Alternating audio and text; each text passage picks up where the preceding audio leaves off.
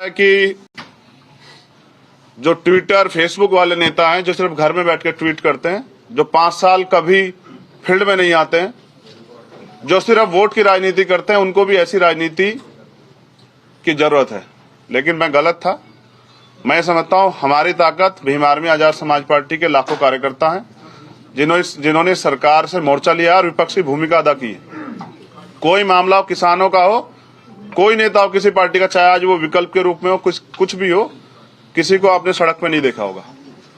चाहे वो लखीमपुर खीरी का मामला हो, 7 घंटे मोटरसाइकिल चला के मैं गया अकेला, जान की परवाह न करते हुए। चाहे वो पूरे देश में साइन बाग बनाने की बात हो, मैं अकेला व्यक्ति ऐसा था जो मुस्लिम भाई की लड़ाई में जब कोई छू भी नहीं रहा था तो मैं 27 दिन जेल में रहा और मैंने 250 लाठियां खाई।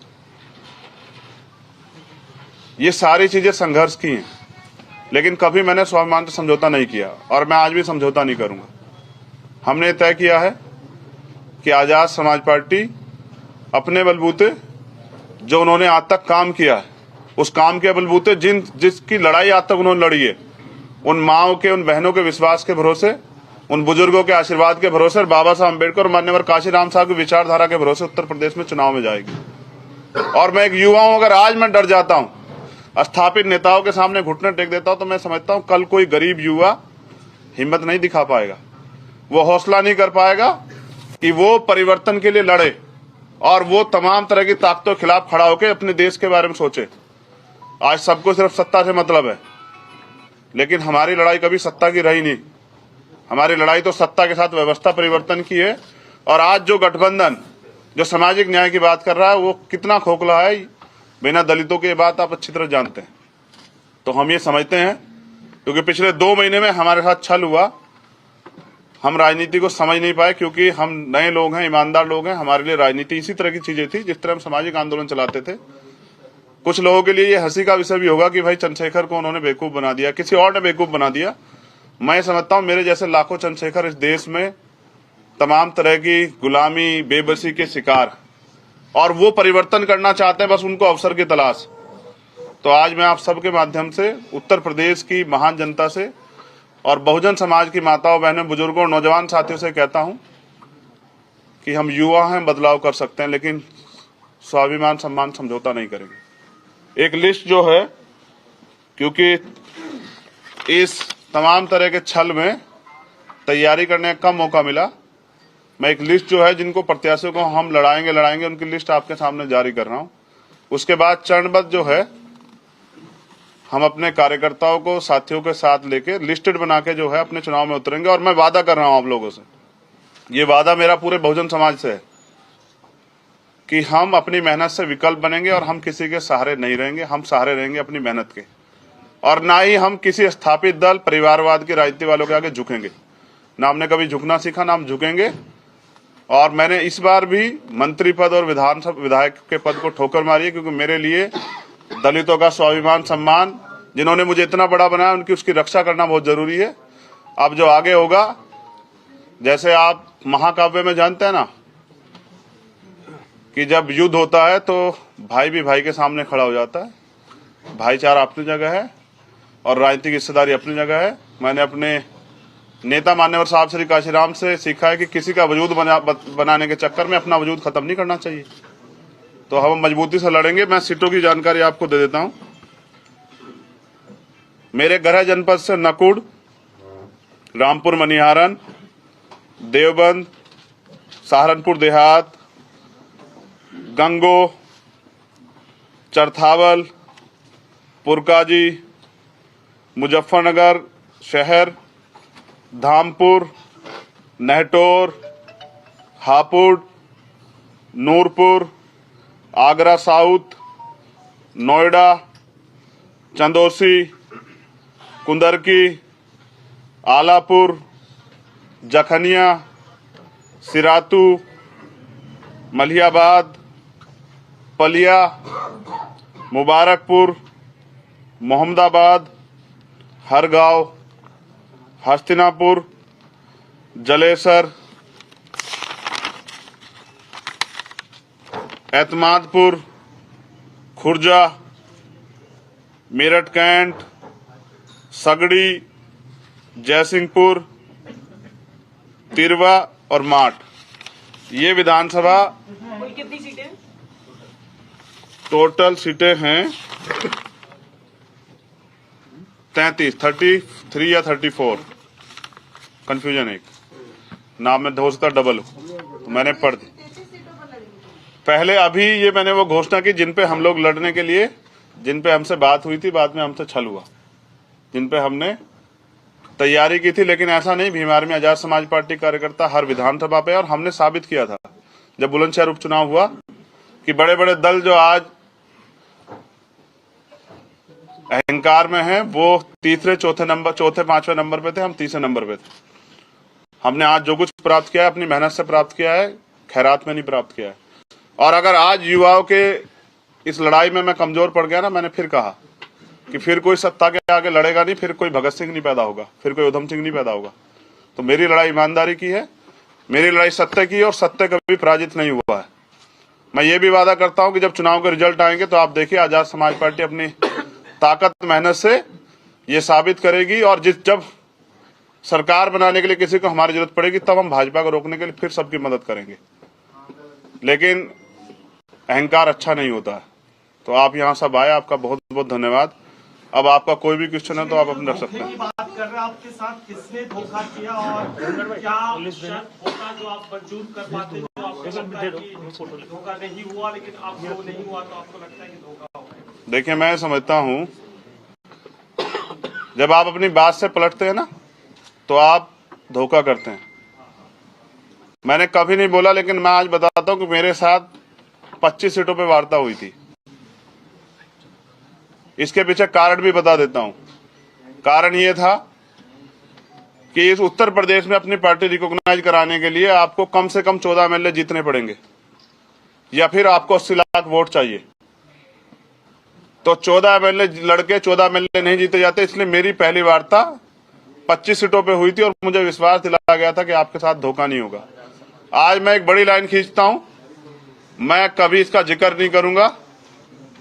मैंने बंद कमरे की बात को बाहर नहीं लाया था, लेकिन ये गलती जिनके द्वारा हुई है, चुनाव के बाद उनको इस बात का पछतावा होगा, मेरा वादा है।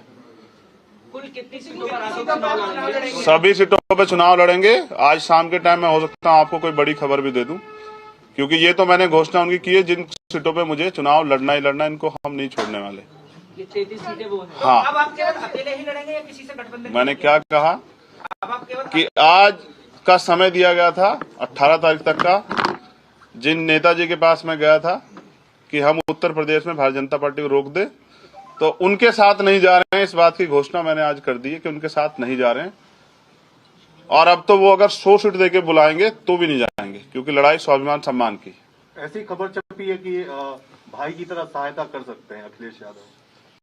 हाँ, सहायता करेंगे, सहायता करने के लिए तो गए थे, लेकिन भाई की तरह वकील तो आपका सम्मान रखा जाएगा। वकील है हम और पढ़े लिखे हैं।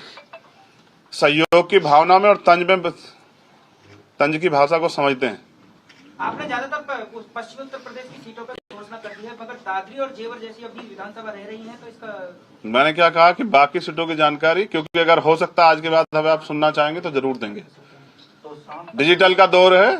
भीम आर्मी आजाद समाज पार्टी के कार्यकर्ता बहुत मजबूत है, गांव-गांव तक है। तो शाम तक किसी से गठबंधन? आपने कहा कि जिनसे बात हो रही थी उनसे नहीं, बाकी के लिए विकल्प खुला है क्या? जी, खुला है, बिल्कुल सत्य है।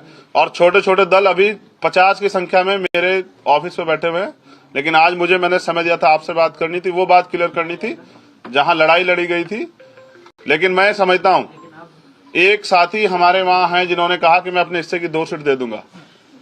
मैं उनको ये वादा करता हूं कि जिस सीट से वो लड़ेंगे, आजाद समाज पार्टी वहां प्रत्याशी नहीं उतारेगी, मैं उनका समर्थन करूंगा, क्योंकि मेरी लड़ाई आरएसएस और भाजपा से थी, उनसे तो कभी थी नहीं। और भी अगर स्वामी प्रसाद मौर्य जहां लड़ेंगे, मैं वहां भी उनका समर्थन करूंगा, मैं उनके खिलाफ प्रत्याशी नहीं उतारूंगा। मेरी लड़ाई जो है वो बहुजन समाज के लोगों से नहीं, वो आरएसएस बीजेपी के लोगों से है, और मैं उसको लड़ूंगा। कांग्रेस से गठबंधन हो सकता है क्या? मैंने क्या कहा कि शाम तक आपके सामने सारी चीजें बड़े प्लेटफॉर्म से भी रख सकते हैं। छोटे भाई कह रहे थे खुद को, छोटे भाई की तरह हमें एक्सेप्ट करें अखिलेश यादव, तो आप बसपा के पास क्यों नहीं जाते, बहन जी के पास क्यों नहीं जाते? आप रिश्ते में भी आप खुद कहते हैं कि मैं उनसे छोटा हूँ, बुआ है वो मेरी, तो आप बसपा से क्यों गठबंधन की बात नहीं करते? 2 साल से प्रयास कर रहा हूँ। आप बात करवा दीजिए, आप बात करवा दीजिए। आप बात करवा देंगी तो मैं जवान वाला हूँ, बहनों से कभी झूठे वादे नहीं करता हूँ। मैंने कभी अपनी माँ को दिया हुआ वचन नहीं तोड़ा है। आप बात करा दीजिए, मैं सोचूंगा, और हो सकता है कि मैं उनके लिए, उनके सम्मान में और बड़ा काम कर दूं। क्या आप चुनाव मेरे लिए राजनीतिक सुख नहीं, मेरे लिए, क्योंकि मैंने 5 साल ना मैंने देखा है, जब शब्बीरपुर में हमारे घर जलाए गए तो ये जो नेता विपक्ष वाले ना, कोई नहीं आया था।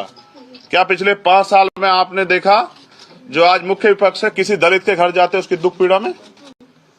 तो जो दलितों के आंसू नहीं पूछ सकता, जिनके सरकार में दलित अधिकारियों ने खून के आंसू रोए हों, वो समाज जो है ना अपने हक अधिकार की लड़ाई लड़ना जानता है। चंद्रशेखर जी, आप किस सीट से चुनाव लड़ेंगे? मैंने ये बात कही थी कि पार्टी जो आदेश करेगी, अगर मैं पार्टी आज भी आदेश करेगी, हमारे लीडर्स यहाँ बैठे हुए हैं, अध्यक्ष जी भी यहाँ बैठे हैं, प्रदेश अध्यक्ष जी, तो मैं लड़ूंगा गोरखपुर जाके।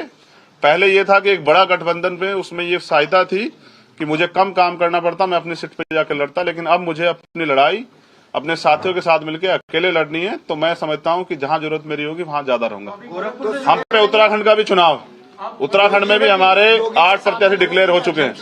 गोरखपुर शहर के सामने की बात करें, वहां से चुनाव लड़ेंगे आप? देखिए, मुझे एक भाई ने मुझसे कहा था, आपके चैनल से वो जान जाएंगे, कि अगर चुनाव में हार जीत से डरना नहीं चाहिए, आप जाके लड़ो, क्या पता अगला 2027 आपका हो। और ये कही थी एक साथी ने बात, मैं आज उनसे कहता हूं कि मैं लड़ूंगा और हम सब मिलकर लड़ेंगे।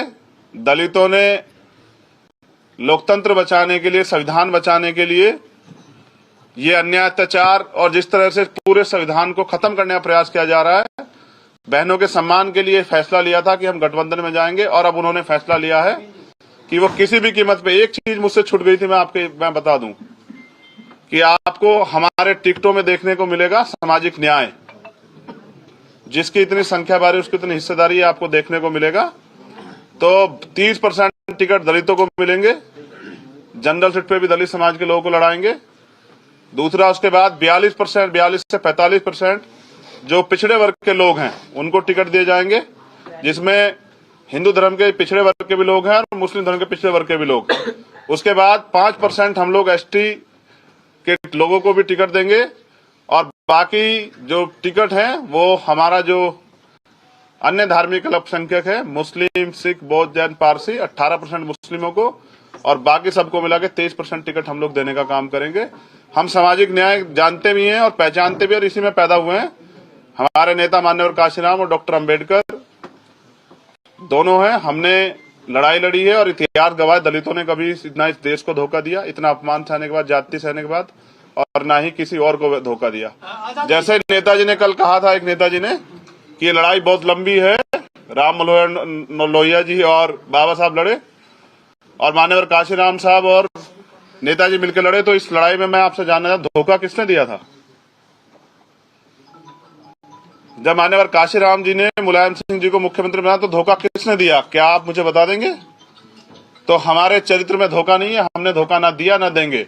और मैं फिर कह रहा हूं, उनसे मेरी लड़ाई नहीं, मेरी लड़ाई है बीजेपी से, क्योंकि पिछले कुछ दिनों में एक नौजवान हूं ना, तो बहुत सारी बातें दिल पे ले जाता हूं। आजाद जी, तो धोखे के बाद अपनी बात रखी, अब अपनी लड़ाई लाइन खींच के लड़ेंगे। और मैं समझता हूं कि अगर मेरे जैसे लड़ने वाले व्यक्ति को जनता सहयोग नहीं करेगी तो अभी जनता तैयार नहीं हुई है। चंद्रशेखर, ये क्लियर नहीं हुआ है अभी आपने जो गोरखपुर वाली बात कही, क्या गोरखपुर से लड़ेंगे? इसको थोड़ा क्लियर स्पष्ट कर दीजिए। मैंने कहा गोरखपुर का चुनाव कौन से चरण में है? छठे, बहुत समय गोरखपुर में। पहले यूपी के और फेज के चुनाव लड़ा दें, तो जब उसके टिकट दूसरे पार्टी को डिक्लेयर हो जाएंगे तो हम भी अपना बता देंगे। मैंने क्या कहा कि चुनाव, अगर मैं तो उस वहां से जहां से जो विकल्प ये बन रहा है कि उनकी सरकार ही बन रही है, वो चुनाव लड़ा रहे थे। मेरे लिए चुनाव लड़ना नहीं, चुनाव लड़ाना बहुत जरूरी है। मुझे दलितों ने कमान सौंपी है, बहुजनों ने, दलित, पिछड़े, आदिवासी और माइनॉरिटी के लोगों ने, अन्य धार्मिक अल्पसंख्यकों ने। मैं उनके सम्मान की रक्षा करूंगा और उनके अधिकार रक्षा करूंगा। ये जो 33 सीट आपने कहा है, तो इसकी संख्या आने वाले बढ़ेगी और हमारे कार्यकर्ता मजबूत हैं। जब हमने एक साइकिल यात्रा चलाई थी तो पूरे उत्तर प्रदेश में ये माहौल बन गया था कि ये कहां से इतने कार्यकर्ता आ जाते हैं। वो कार्यकर्ता अपने स्वाभिमान सम्मान रक्षा करेंगे और वो ये भी साबित करेंगे कि उनको कैसा नेता चाहिए। वो नेता जो 5 साल अपने कमरे में सोता है और चुनाव के समय बाहर आता है, या वो नेता जो अपनी बहनों के सम्मान के लिए जेल भी काटता है, मुकदमे भी झेलता है, लड़ता भी है और कभी झुकता नहीं, जो स्वाभिमान सम्मान की लड़ाई सामने खड़े होकर लड़ता है। आज लेकिन आपके स्वाभिमान की जो कीमत है वो बीजेपी की जीत से आपको चुकानी पड़े तो चलेगा? बिल्कुल नहीं, लेकिन मैं समझता हूं कि अगर मैंने आज अपने लोगों का स्वाभिमान गिरवी रख दिया तो शायद जो रीढ़ की हड्डी हमने पैदा की है अपने समाज के लोगों में, वो कभी उठ नहीं पाएगी। और मैं समझता हूं जितनी जिम्मेदारी मेरी थी उतनी जिम्मेदारी उनकी भी थी, जिन्होंने नकार दिया, जिनको जरूरत नहीं थी। तो मैं अब इस पे नहीं चर्चा करना चाहता, वो अपना चुनाव लड़ेंगे और हम अपना लड़ेंगे। लेकिन मैं ये बताऊंगा जरूर कि सामाजिक न्याय का जिनको ताजा ताजा सा रंग चढ़ा है, उनकी सच्चाई क्या है, मैं आपको लगातार बताता हूँ। ये 2 सवाल है, दो सवाल। जी फाइनल। 2 सवाल इधर से, नोएडा से। भाई ये पार्टी के प्रदेश अध्यक्ष जी बताएंगे मुझे जितने। 2 सवाल छोटे-छोटे इधर। जी मैं तैयार आप जब ये कहते हैं कि जो सामाजिक न्याय का ताना बाना जिनकी नाम ले रहे, नाम नहीं ले रहे, जी अखिलेश के बारे में कहते हैं शायद जी, तो वो क्या इसका नुकसान उनको माइनॉरिटी दलित समाज की तरफ से मिलेगा क्या? आप जो बार बार कह रहे हैं कि दलित समाज को धोखा दिया, दलित समाज के लोगों के विश्वास को तोड़ा, ये चीजें ये होगी क्या? मैं समझता हूँ कि लोकतंत्र में जो भी दल आया है वो अपनी हिस्सेदारी के लिए आया है और कोई किसी को जिताने हराने, सब लोग जीतने आए हैं। तो हम लोग जीतने के लिए मैदान में आए। जिसको नुकसान फायदे की परवाह थी उस चंद्रशेखर ने बहुत परवाह कर ली।